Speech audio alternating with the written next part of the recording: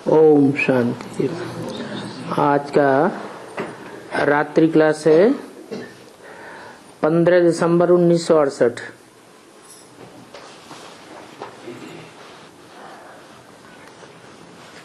ये युद्ध क्षेत्र है। जबकि तुम बाप के बच्चे बनते हो और बच्चे तो भिन्न भिन्न प्रकार के होते हैं। कोई महारथी हैं, कोई घोड़े सवार हैं, कोई प्यादे हैं। ऐसे भी नहीं है कि महारथी घोड़े सवार हार नहीं खाते हैं, प्यादे ही हार खाते हैं। नहीं, माया के युद्ध में हार तो सभी खाते हैं और खानी भी जरूर है। क्यों खानी जरूर है? क्योंकि 63 जन्मों से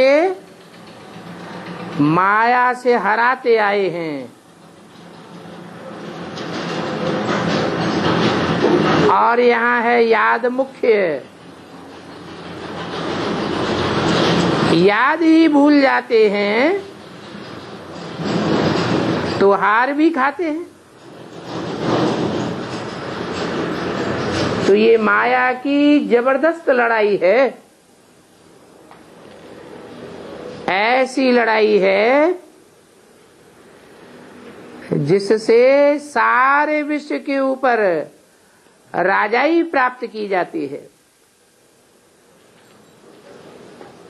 तो बच्चों को अपने ऊपर नजर रखनी होती है।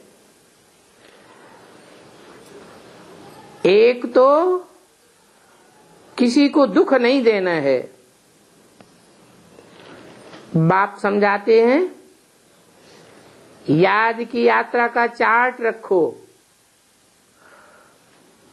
और ये चार्ट रखना कोई कठिन काम नहीं है।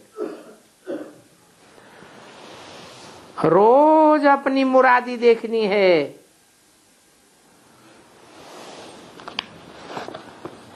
दुकानदार होते हैं, रात को अपनी मुरादी देखते हैं ना। और तुम व्यापारी तो हो ही, क्योंकि बाप से व्यापार करते हो। बाप खुद कहते हैं, जितना तुम बाबा को याद करेंगे उतना ही तुमको सुख मिलेगा। बाप सुख का सागर है ना। तो याद करने से सुख जरूर मिलेगा, क्योंकि तुम्हारी आत्मा सतो प्रधान बन जाती है। बाप ने समझाया है,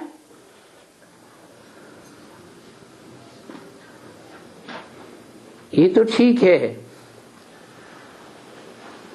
कि सतयुग से सुख भोगते भोगते कुछ न कुछ कला कम होती जाती है। फिर भी अपनी जांच तो करनी है कि हमने कोई को दुख तो नहीं दिया।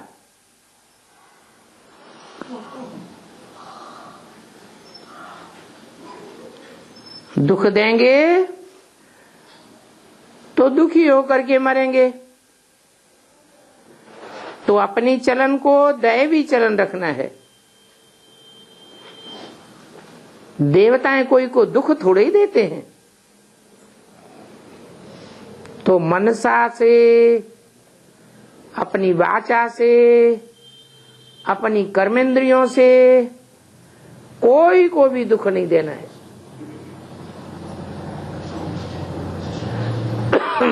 वहां नई दुनिया में तो मन के अंदर भी कोई दुख देने की बात नहीं आवेगी। यहां तो पहले मन के अंदर संकल्प चलता है, फिर वाचा में आता है, फिर कर्मेंद्रियों से कर बैठते हैं। तो यहां रोकना होता है, जो फिर स्थायी हो जाता है। बाप तो समझाते हैं क्योंकि वो तो टीचर है। जैसे माँ बाप होते हैं तो बच्चों की संभाल करते हैं, बाप डायरेक्शन देते हैं बच्चों के कल्याण के लिए कि अपने कान पकड़ो। अब हम कभी ऐसा नहीं करेंगे।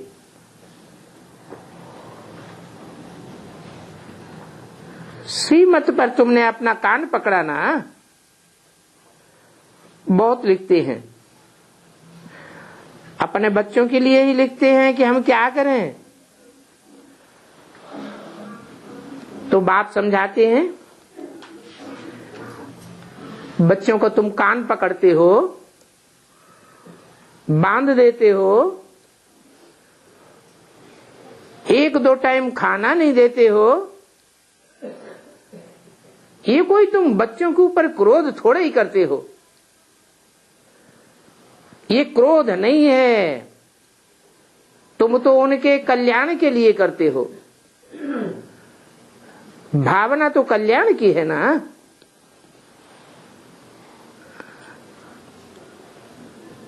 वो भक्ति मार्ग में शास्त्रों में भी कहते हैं, भाव प्रधान विश्व रचि राखा। भावना मुख्य देखी जाती है। दिखाते हैं कृष्ण को माता ने ओखली से बांधा। अब ये तो उन्होंने दृष्टांत बनाया है, ऐसी कोई बात वहां होती नहीं है जो कृष्ण को बांधा जाए। ये तो अभी संगम की बात है। कृष्ण की आत्मा भी 63 जन्म लेकर के आई है।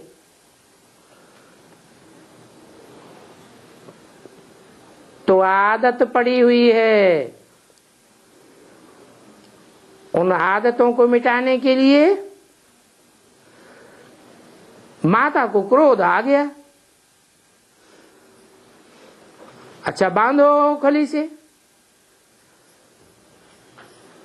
तो बच्चे तो बहुत प्रकार की बातें पूछते रहते हैं, हर एक बच्चे के स्वभाव का मालूम पड़ जाता है, पूछने मात्र से ही मालूम पड़ जाता है।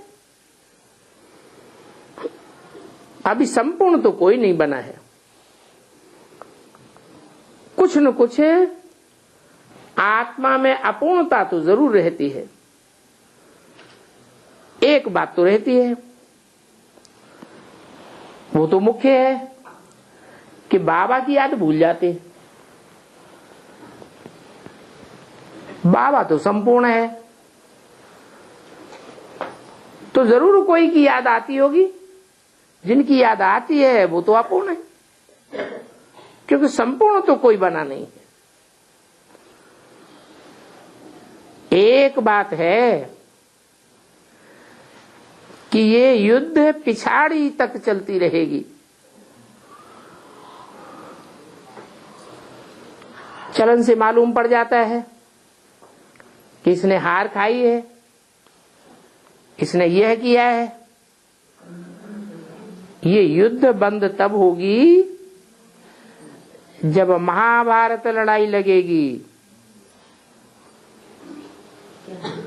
ये माया की युद्ध है।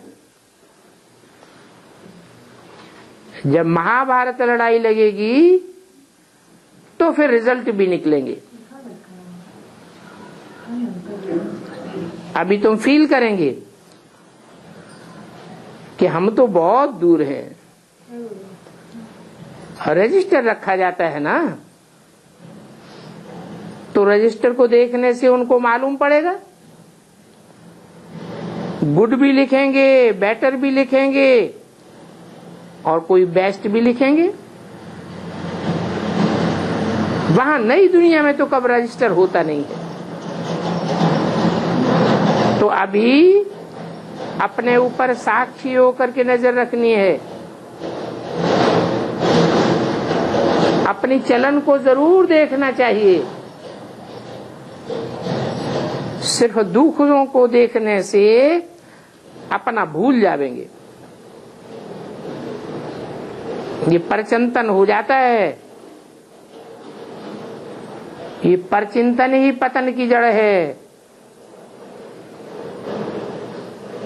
बाबा कहते हैं हफ्ते हफ्ते पत्र लिखते रहो, वो भी अपने हाथ से लिखो। कोई लिखते हैं फलाने का याद प्यार। अब बाबा तो ऐसे नहीं मानता। कोई लिख देने से याद प्यार हो जाता है क्या? फुर्सत न हो पत्र लिखने की। बाबा ये बात भी नहीं मानते। ऐसे बाप को तो कैसे भी लिखना चाहिए। इस समय श्वासों श्वास याद तो कोई कर नहीं सकता। फिर भी जितना हो सके उतना याद करो। सिर्फ मुख के गस्से नहीं लगाना है। मान लो कोई छिप करके कुछ करते हैं तो अपना ही 100 गुना नुकसान करते हैं। नहीं तो बच्चों को बाप के साथ सच्चा रहना चाहिए। सर्विस भी अनेक प्रकार की है। स्थूल सर्विस भी बहुत है। जैसी अवस्था होती है वैसी रहनी करनी होती है। वो समय भी आवेगा जब इस सभा में कोई भी अछूत आ नहीं सकेंगे।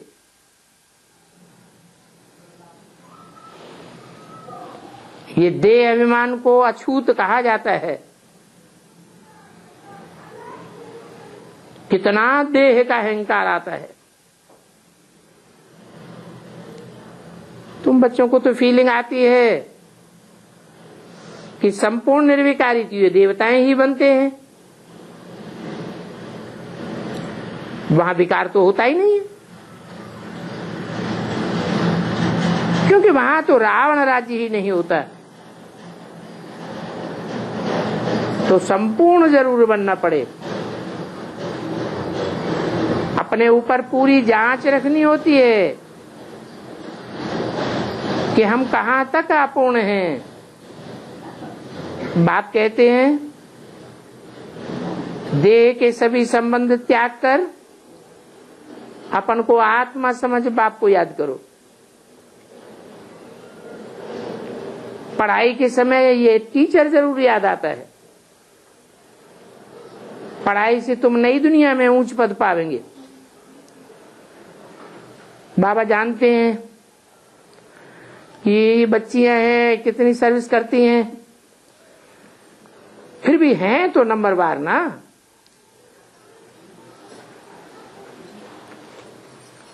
जितना पुरुषार्थ करना चाहिए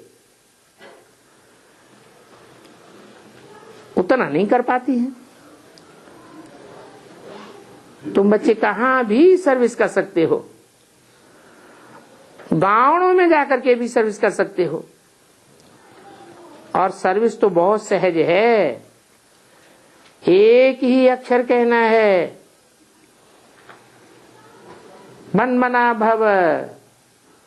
ये तुम्हारा फर्ज है। अभी तुम बच्चों को नॉलेज है, जानते हो माला बननी है। कल्प कल्प बाप आते हैं माला बनाने के लिए।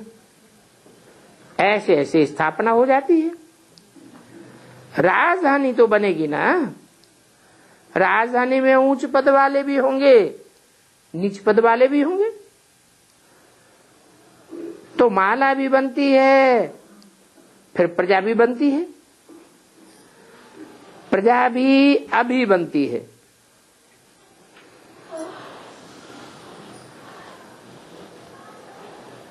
कौन प्रजा बनेंगे? जो संदेश लेकर के चले जाते हैं, पढ़ाई नहीं पढ़ते हैं तो प्रजा में चले जाते हैं। और यहां आकर के जो जितना पुरुषार्थ करते हैं तो ऊंच पद भी पाते हैं।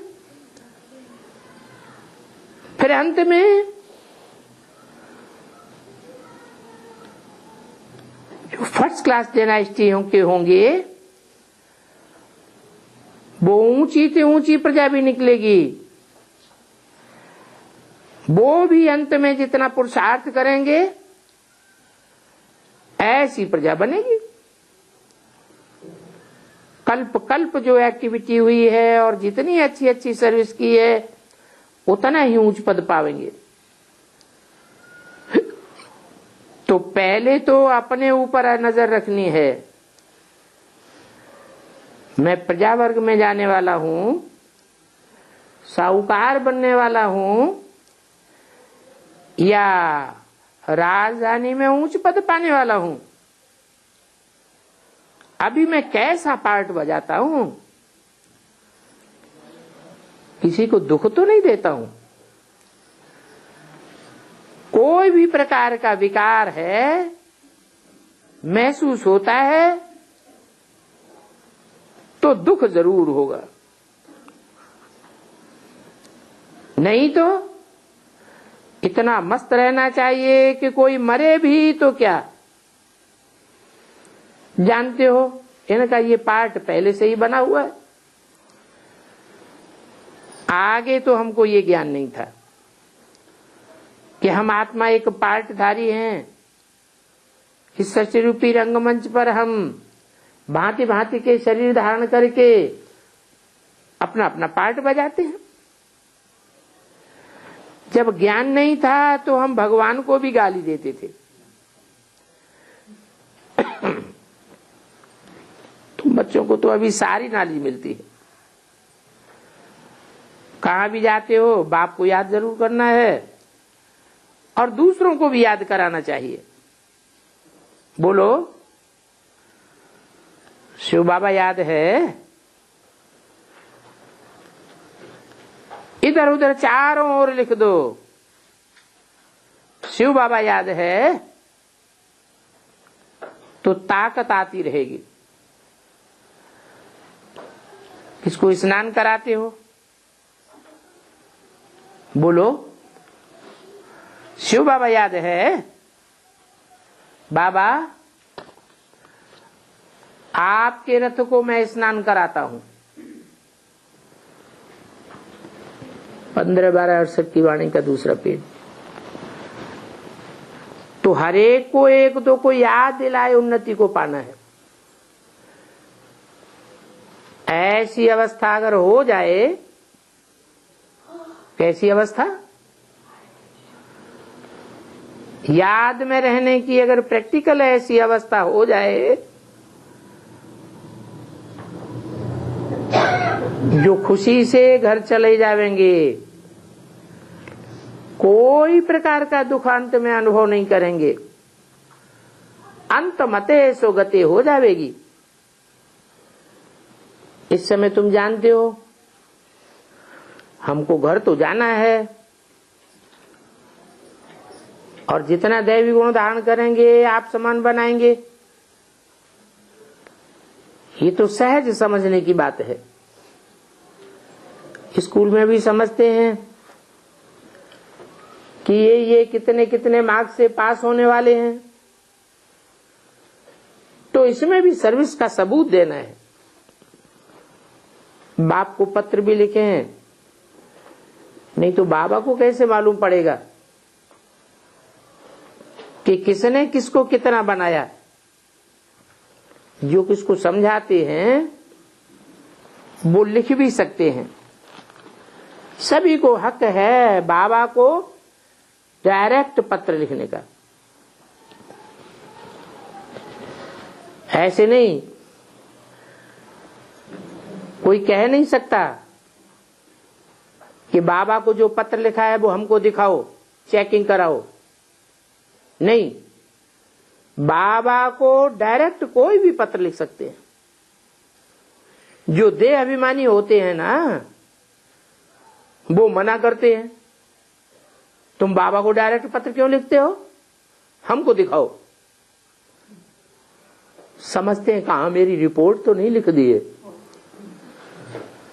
बाबा ब्राह्मणों की अवस्था से समझ जाते हैं, उनकी रहनी करनी से समझ जाते हैं।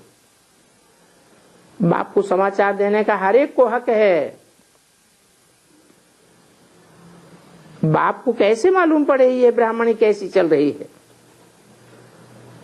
साधु संतों में भी कोई बहुत देह अभिमानी होते हैं, उनको अपना ही बड़ा नशा रहता है।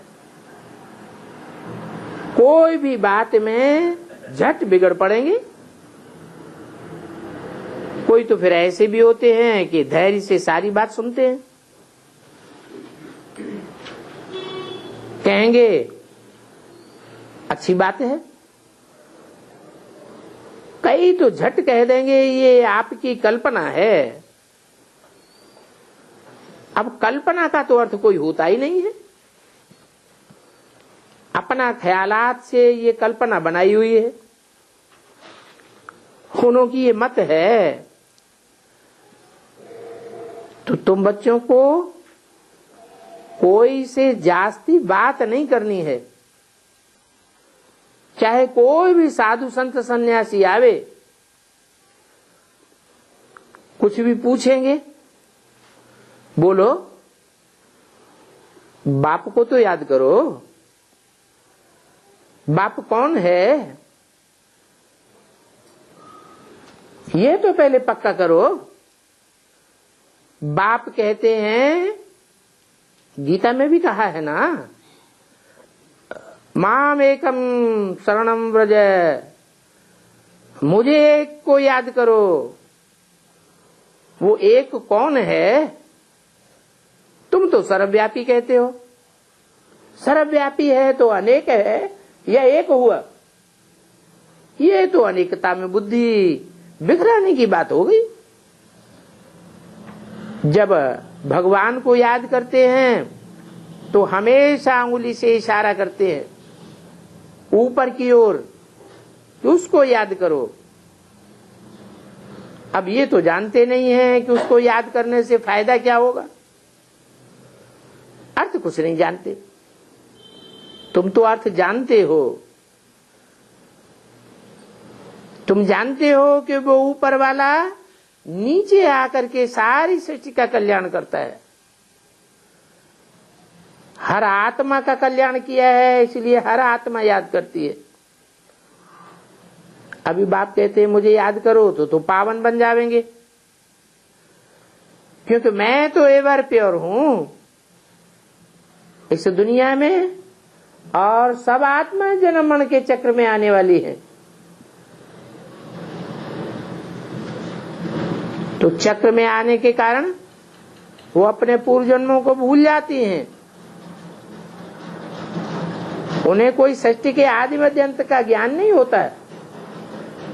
भूलने के कारण बाप को भी भूल जाती है। मैं तो सदैव भूल हूं।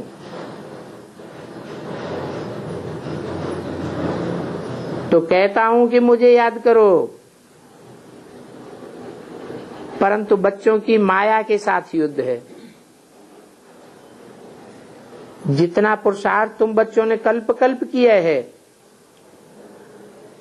उतना ही पुरुषार्थ करते रहेंगे। पुरुषार्थ नहीं किया होगा तो हार जाते हैं, युद्ध ही बंद कर देते हैं, माया के वशीभूत हो जाते हैं।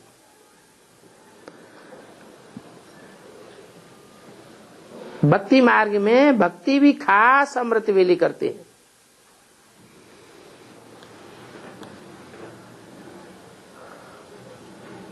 बाप कहते हैं कि पतित पावन तो एक ही है, जो सब पतितों को पावन बनाने वाला है। उस एक को याद करो,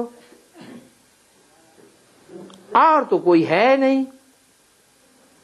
जो एक पतित पावन है उसको पहचानना पड़े कि वो एक है कौन।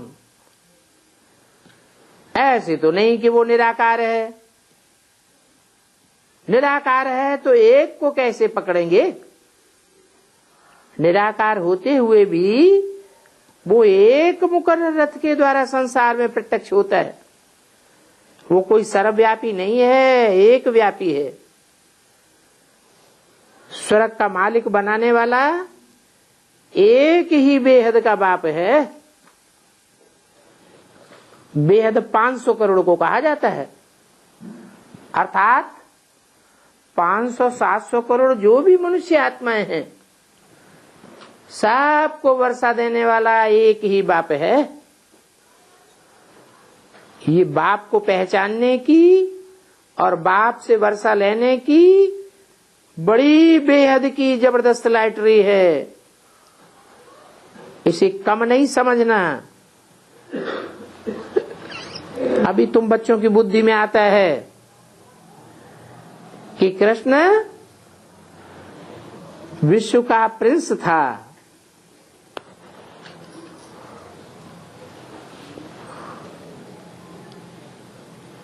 कौन सा कृष्ण? सतयुग का कृष्ण विश्व का प्रिंस था। सतयुग में तो सारा विश्व होता ही नहीं, विश्व धर्म वहां होते ही नहीं। सारे विश्व के सभी महाद्वीप नहीं होते। ये सारी दुनिया तो अभी है। तो अभी तुमने जाना कि कृष्ण और कृष्ण के बाप की अवस्था में फर्क जरूर होगा।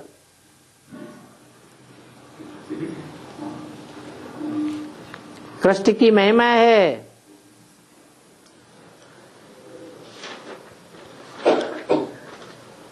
सर्वगुण संपन्न, 16 कला संपूर्ण, संपूर्ण हिंसक, मर्यादा पुरुषोत्तम। और बाप की तो महिमा नहीं है।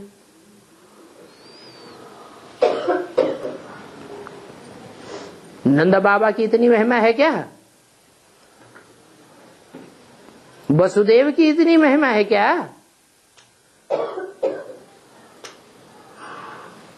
वो कृष्ण तो सतो प्रधान पक्का योगी है।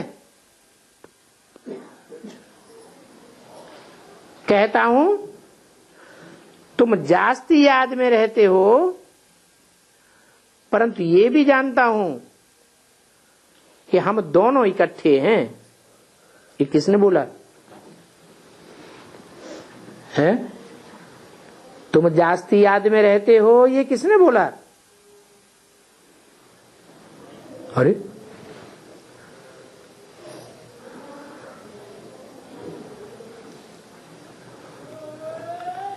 तुम जास्ती याद में रहते हो, मैं उतनी याद में नहीं रहता हूं,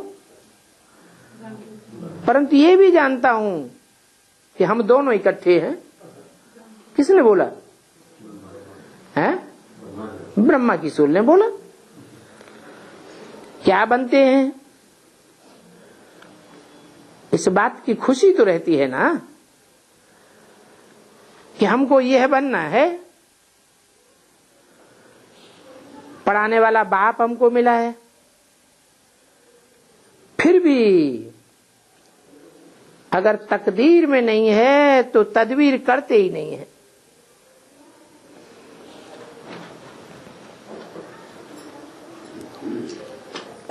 तकदीर में नहीं है, क्या तदबीर करने की बात है? क्योंकि माया किसी को थोड़ा जीत लेती है और कोई को बहुत जीत लेती है, कोई को तो पूरा ही हप कर जाती है। गज को ग्राह पकड़ लेता है। ये माया ग्राह है।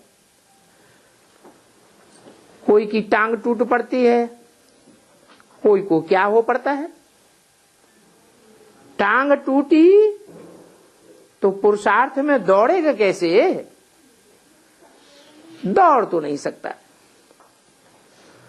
यहां भी बच्चों की भिन्न भिन्न प्रकार की चोटें लगती हैं। कोई अंधा, कोई लूला, कोई लंगड़ा, कोई काना, कोई कुब्जा। कौन से पुरुषार्थी हैं जिनका गायन है? तुम हो रुद्रमाला के मण के, कोई अंधे, कोई कूचे, कोई काने, कोई कुब्जे।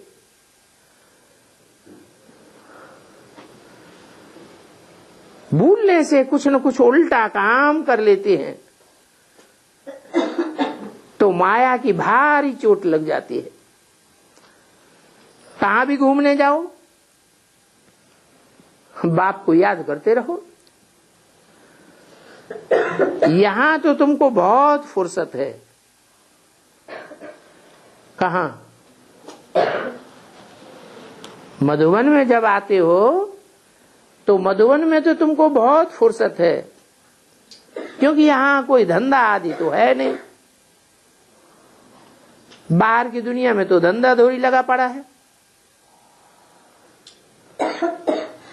यहां तो सभी योगी रहते हैं, तो योग से आत्मा पावन बनती है। कोई भी छीछी याद बुद्धि में नहीं आवे। सुप्रीम शांति,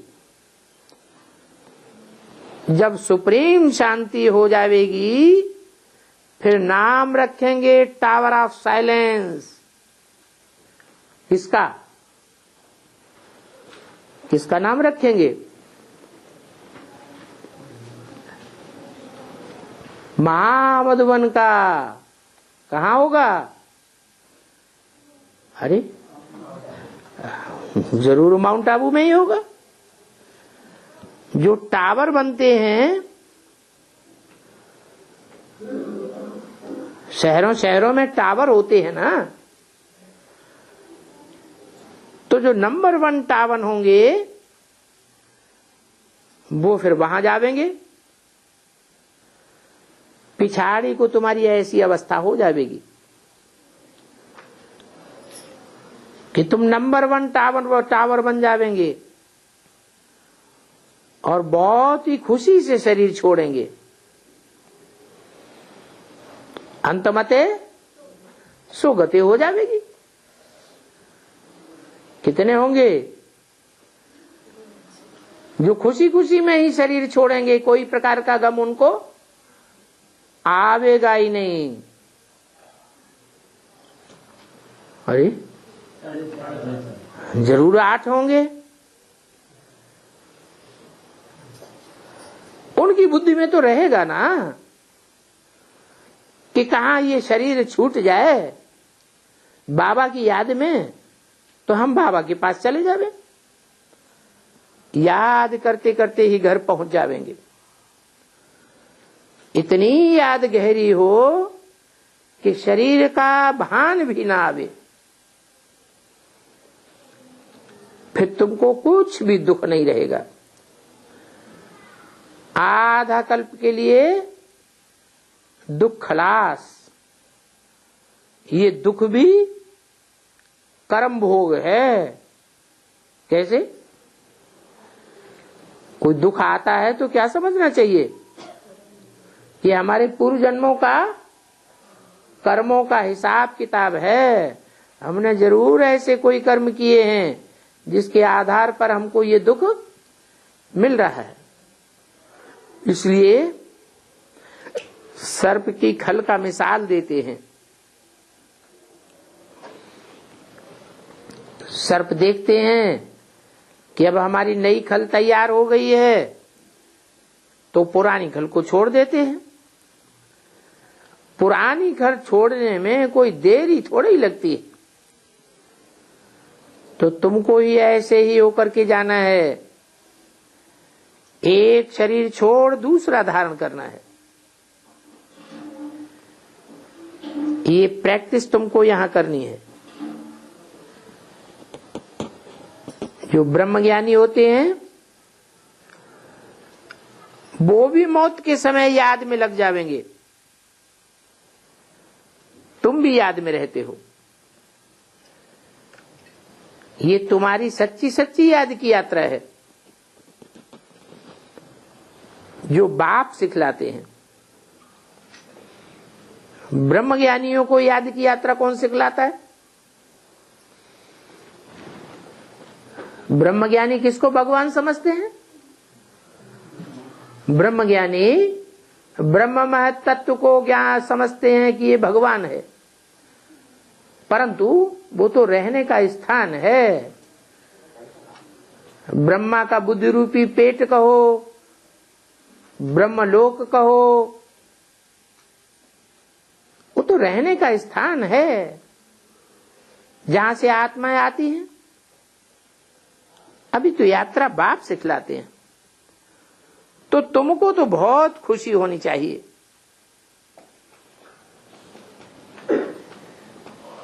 कि बाप से पढ़ाई पढ़ करके हम यह पद पाते हैं। बाप बच्चों को कहते हैं कि ऐसे मीठे मीठे बच्चे तुम तो जरूर बाप को याद करेंगे, क्योंकि बाप तुमको विश्व का मालिक बनाते हैं। तो दैवी गुण भी धारण करो। तुमको खुद फीलिंग आवेगी कि हमको सिवाय बाप के और कोई भी याद नहीं पड़ता है। बढ़िया डोल अचल अवस्था रहेगी, बुद्धि कहीं भी डोलायमान नहीं होगी। तो देखो, बाप दादा और अनन्य बच्चे, इनको तो कोई भी फिक्र नहीं है। अनेक बार बाप से वर्षा लिया है, तो पक्की पक्की खुशी में रहेंगे। यहां किसको कहा बाप और किसको कहा दादा?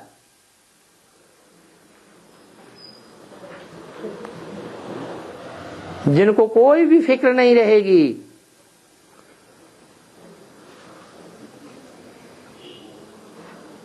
सारी दुनिया फिक्रात में शरीर छोड़ेगी, और बाप दादा और अनन्य बच्चे फिक्र से फारिग हो जाएंगे, क्योंकि अनेक बार बाप से विश्व की बादशाही का वर्षा लिया है। तो पक्की पक्की खुशी में रहेंगे। और ऐसे बच्चे अपनी याद को निरंतर बढ़ाते रहेंगे। तुमको तो इस बात की नॉलेज है कि याद की प्रैक्टिस तुम्हारी बढ़ती जाती है। उस समय के लिए कहते हैं अतीन्द्रिय सुख। जब तुम याद में पक्के हो जाएंगे, जिसका गायन है, सुख पूछना हो तो गोपी वल्लभ के गोप गोपियों से पूछो। इस बात को जो टीचर होंगे और अनन्य स्टूडेंट होंगे वो समझ सकते हैं कि ये इतने नंबर से पास हो जाएंगे, अच्छा पद पावेंगे। तो मूल बात क्या हुई? मुख्य बात क्या है पुरुषार्थ में? मुख्य बात है बाप को बहुत प्यार से याद करना चाहिए। प्रीति बुद्धि गाए हुए हैं, विपरीत बुद्धि क्या गायन है? विनश्यते। तो किसके प्रति प्रीति बुद्धि? सर्वव्यापी के प्रति है? जरूर कोई एक है जिसके प्रति प्रीति बुद्धि साबित होती है, और उसे एक के प्रति विपरीत बुद्धि भी साबित हो जाते हैं। विपरीत बुद्धि के विपरीत संकल्प चलेंगे, और प्रीति बुद्धि के कैसे संकल्प चलेंगे? प्यार के, प्रीति के संकल्प चलेंगे। तो कितना फर्क पड़ जाता है पोजीशन में। विपरीत बुद्धि और प्रीति बुद्धि की जैसे कि रेस है, ये रेस चलती रहती है। अच्छा, बच्चों को गुड नाइट।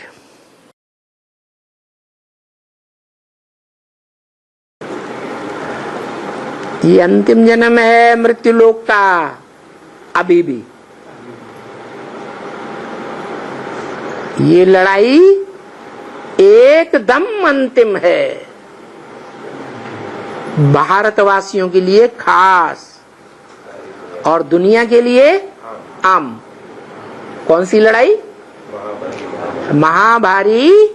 महाभारत लड़ाई। इसका नाम महाभारत क्यों दे दिया?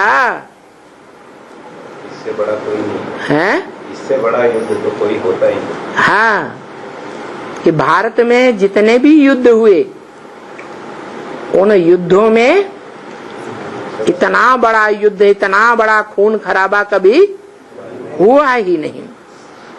अंतिम लड़ाई, एकदम अंतिम लड़ाई है। पीछे सतयुग में तो लड़ाई लगती ही नहीं। सतयुग में, त्रेता में, द्वापर में, जैसा शास्त्रों में लिखा है कि द्वापर के अंत में महाभारत लड़ाई लगी।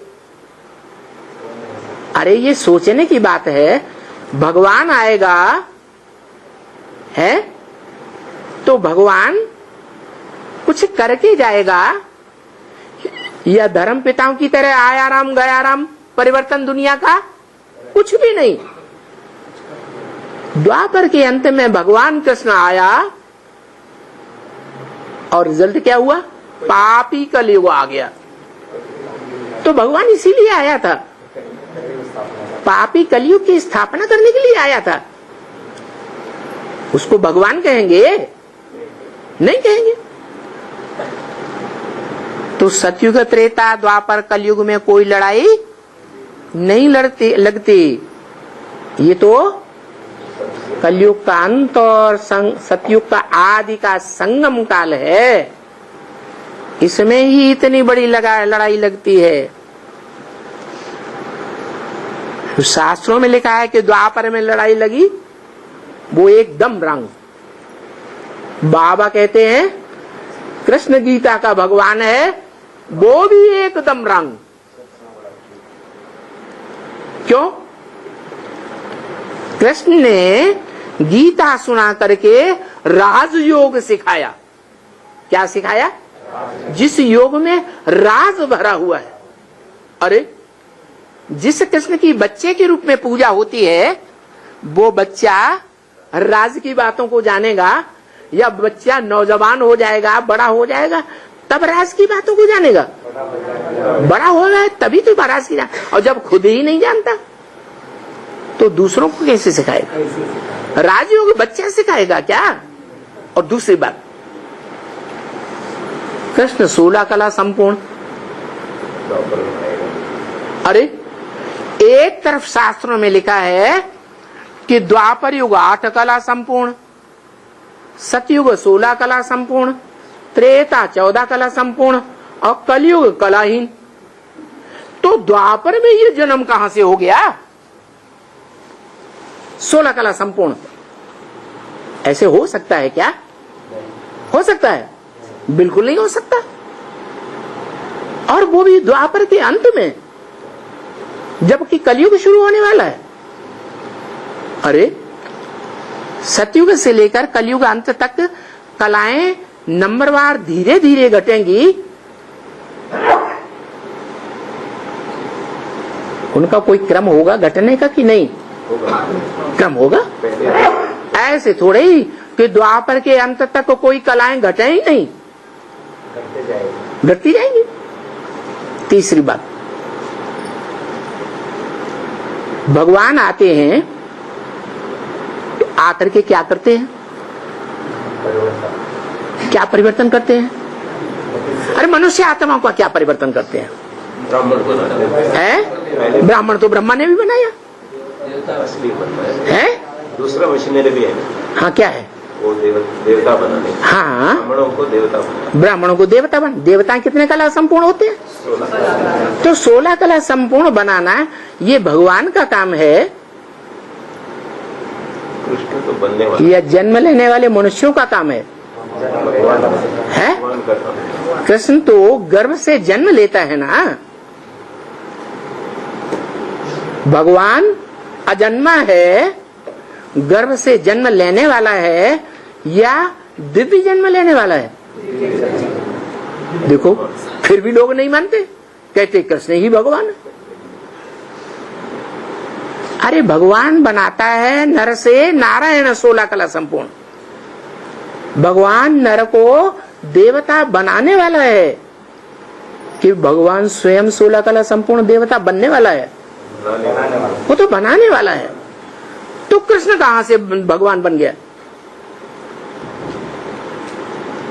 अब कितना भी बताओ, है जो बुद्धू हैं उनकी समझ में आने वाला, उनकी समझ में आने वाला नहीं। वो अपनी हट पर टगे हुए। जैसे ब्रह्मा बाबा कौन सी हट पर टंगे हुए हैं कि गीता का साकार में भगवान कौन? मैं हूं। उनकी बुद्धि में बैठता ही नहीं क्या कि गीता का साकार भगवान मैं नहीं हो सकता। क्यों नहीं हो सकता? कि मैं तो सत्युग में जो ऊंचे से ऊंचा जन्म लूंगा वो 16 कला संपूर्ण नारायण का जन्म होगा, सत्युगी नारायण का। मैं कोई भगवान नहीं हूं। मैं भगवान होता तो मनुष्यों को देवता बनाता। कोई को देवता बनाया क्या? नहीं बनाया। इससे साबित होता है कि कृष्ण भगवान नहीं है, लेकिन अपनी हट पर अटा हुआ है। तो जब पहला पत्ता ही अपनी हट पर डट जाता है तो जो और पत्ते हैं वो भी हठी होंगे या नहीं होंगे? वो भी हठी। इब्राहिम हो, बुद्ध हो, क्राइस्ट हो, कोई भी धर्म के ताए हो, वो सब अपनी हट पर अड़े रहते हैं। ये जो भी ज्ञान सुना रहे हैं बाबा, वो एक जो कृष्ण है उसको कन्वर्ट करेगा तो सारी दुनिया कन्वर्ट हो जाएगी। पहले पत्ते को कन्वर्ट करेंगे तो सभी कन्वर्ट हो जाएंगे। जो गीता है जिसमें अर्जुन को जो बड़ा है उसको पहले परिवर्तन करना है या छोटे बच्चों को पहले परिवर्तन करना है? अरे राजाओं ने राजाई किसको दी? बड़े बच्चे को दी या छोटे बच्चों को दी? क्यों दी? कोई कारण होगा? फर्स्ट जन्म में है बहुत साल के पवित्रता के बाद में जन्म। हाँ, लंबे समय की प्योरिटी के बाद पहला बच्चा पैदा होता है। दुनिया के सारे काम पवित्रता से होते हैं, तो वो प्योरिटी की पावर जो है उस बच्चे में आती है। इसलिए परंपरा चल गई। भगवान ने जो परंपरा डाली वो ही परंपरा संसार में चल गई। गीता में भी लिखा है, मम वर्तमान वर्तन्ते मनुष्या पार्थ सर्वस। इस दुनिया में जितने भी मनुष्य हैं वो मेरे वर्तमान, मेरे रास्ते पर ही चलते हैं। तो ये परंपरा पर चल गई क्या? कि बड़े बच्चे को राजाई दी जाती है। ये परंपरा किसने डाली? भगवान बाप ने डाली। ये परंपरा कोई कृष्ण ने नहीं डाली। किसने डाली? कृष्ण को भी नर से प्रिंस बनाने वाले ने डाली। कृष्ण को क्या बनाएगा? पहले प्रिंस बनाएगा कि नारायण बनाएगा? प्रिंस बनाएगा। तो ये अंतिम लड़ाई है एकदम। सतयुग में, त्रेता में, द्वापर, किसी युग में ये लड़ाई नहीं लगती। त्रेता में भी नहीं, द्वापर में भी नहीं लगती। बस ऐसे नहीं कि फिर कि हम आपके पास जीते जी मरकर, फिर आपसे मरकर, फिर जाकर के वहां जीते जी जाएंगे। क्या? जीते जी स्वर्ग में, फिर जाकर के वहां जीते जी जाएंगे? नहीं, वो तो फिर वो जा करके हुआ। हाँ, फिर भी बाबा को एक दफा पहचाना ना, बेहद के बाप को, तभी भी तुम स्वर्ग के अधिकारी जरूर बनेंगे। क्या ऐसे नहीं लौकिक जन्म देने वाले को पहचान लिया तो तुम स्वर्ग के अधिकारी बनेंगे? कृष्ण को भी लौकिक जन्म देने वाला कोई होगा या नहीं होगा? है? तो उसको राजाई किसने दी? प्रैक्टिकल में तो बाप देता है, लेकिन वो बाप जो मनुष्य सृष्टि का बाप है वो आत्मा देती है या कोई देने वाली दूसरी है? वही है। कौन है? मनुष्य सृष्टि का बाप राजा देने वाला है सूर्यवंशियों को? बच्चे को नहीं, बच्चे। हाँ, अपने बच्चे को राजी देने वाला मनुष्य सृष्टि का बाप है। उसको रजाई देने वाला वो शिव बाप। 500 करोड़ मनुष्य आत्माओं को मुक्ति और जीवन मुक्ति देने वाली आत्मा कौन है? शिव बाप है। ऐसे तो नहीं राम बाप है, राम बाप नहीं है। मुक्ति जीवन मुक्ति का वर्षा जो है वो देने वाला एक ही शिव बाप है। वो शिव बाप ने कृष्ण जो सतयुग का है उसको राजाई की शूटिंग किसने कराई? कब कराई? सतयुग में, संगम में कराई। संगम में ही ऐसी शूटिंग करा दी है। कब कराई है? 40 वर्ष पूरे होते हैं तो उस आत्मा के मन में बैठ जाता है कि गीता का साकार भगवान मैं नहीं हूँ, गीता का साकार भगवान शिव शंकर भोलेनाथ ही है। वो शिव जिसके नाम के साथ 500-700 करोड़ की दुनिया में से सिर्फ एक नाम ही लगाया जाता है काम के आधार पर। वो नाम जिसके साथ है वो 84 जन्म का साथी बन जाता है। किसका? शिव बाप का। एक ही आत्मा है जो शिव बाप की साथी बन करके इस सृष्टि पर सदा कायम का पाठ बजाती है। कौन? प्रजापिता नहीं नाम दो है, शिव बाबा।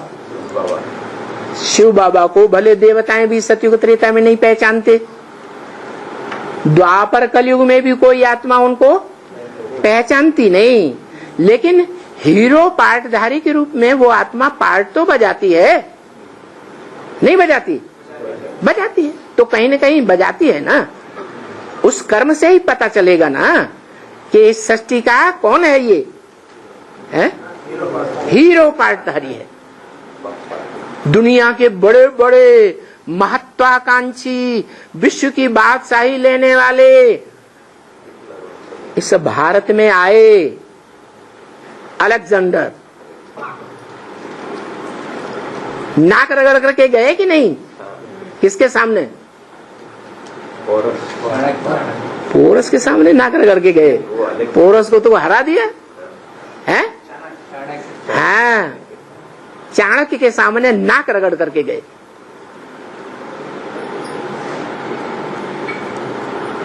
चलो, ये तो द्वापर किया, हीरो पार्टधारी की बात हुई। अब द्वापर के बाद है कौन सा युग? कलयुग के आदि में कौन सी आत्मा हुई जिसने विदेशियों को बार बार नाक रगड़वाई? है? हाँ, पृथ्वीराज चौहान हुआ जिसने अच्छी तरह से नाक रगड़वाई और माफी मंगवा दी। लेकिन वो ऐसे बेवफा होते हैं, वो क्या कहते हैं विदेशी विधर्मी? वो कहते हैं देखो कितना बेवकूफ है, हम बार बार हमको छोड़ देता है। ये बेवकूफी है ना। वो बेवकूफी समझते हैं। क्षमा जो बड़े गुण माना जाता है तो उनके वो गुण ये उनका धर्म नहीं है ना कि क्षमा बड़े को चाहिए, छोटे को अपराध। छोटे होंगे तो किस बात पर छोटे हुए? क्षमा नहीं श्रीमत को नहीं माना तो छोटे बन गए, और जिन्होंने भगवान की श्रीमत को माना वो बड़े बन गए। तो ये बात ऐसी है बाबा, हम जीते जी आपके बनते हैं। ऐसे नहीं कि कृष्ण वाली आत्मा सतयुग में जाकर के बाप की बच्चा बनेगी और बादशाही लेगी सतयुग की। कहाँ बनती है वास्तव में? कहाँ शूटिंग करती है? संगम में ही शूटिंग करती है बस। फिर हम जाकर के जीते जी वहां जाएंगे। चाणक्य का जो बात है उसका तो पाटलिपुत्र और पटना में चंद्रगुप्त के साथ पाठ तो अलेक्जेंडर तो यहाँ अपने पूरब में पश्चिम में उसका वो हो गया, वो वापस गए ना।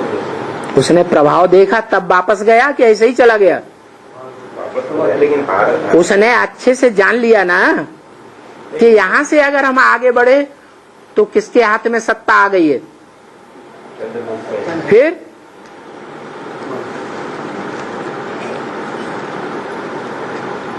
तो बाबा को एक दफा पहचाना ना, तभी तो तुम नंबरवार राजा ही लेते हो, तभी तो तुम स्वर्ग के अधिकारी जरूर बनेंगे। और फिर वहां जाकर के कहा जाकर के है, और फिर वहां जाकर के चांडाल बनेंगे। वो भी शूटिंग कहाँ होती है? संगम में। कैसे शूटिंग होती है चांडाल बनेगी? है क्या बताया है? हाँ, कन्यादान भी किया और दे करके फिर घर में रख लिया, तो काई की शूटिंग हो गई? चांडाल की शूटिंग पक्की हो गई। धन दिया और धन दे करके कोर्ट में केस कर दिया, हमारा वापस लाओ, तो काई की शूटिंग हो गई? चांडाल की शूटिंग हो गई। तन अर्पण किया, तन की सेवाएं अर्पण की, और फिर संसार में जाकर के विरोध किया, तो काई की शूटिंग हो गई है? तन का उजूरा क्या मिलेगा? निरोगी काया। अर्पण करने के बाद वापस न लिया तो निरोगी काया मिलेगी, या वापस ले लिया तो निरोगी काया? वापस नहीं लिया तो जिन्होंने वापस ले लिया उसकी बात हो रही है। वापस लिया तो चांडाल बनेंगे, नौकर चाकर बनेंगे। तो सच बात चाहिए ना बच्ची, है? भगवान के बने। दुनिया में बोला हमने भगवान को पहचाना, भगवान हमको मिल गया, तो झूठा बोला या सच्चा बोला? अगर दे करके वापस ले लिया है, झूठा हुआ। ये सृष्टि जैसे ये है, ये संगम की सृष्टि जैसे है शूटिंग पीरियड में, तैसे वो है 5000 वर्ष की सृष्टि। क्या? जैसी यहां शूटिंग करेंगे वैसा ही वहां प्राप्त होगा। ओम शांति।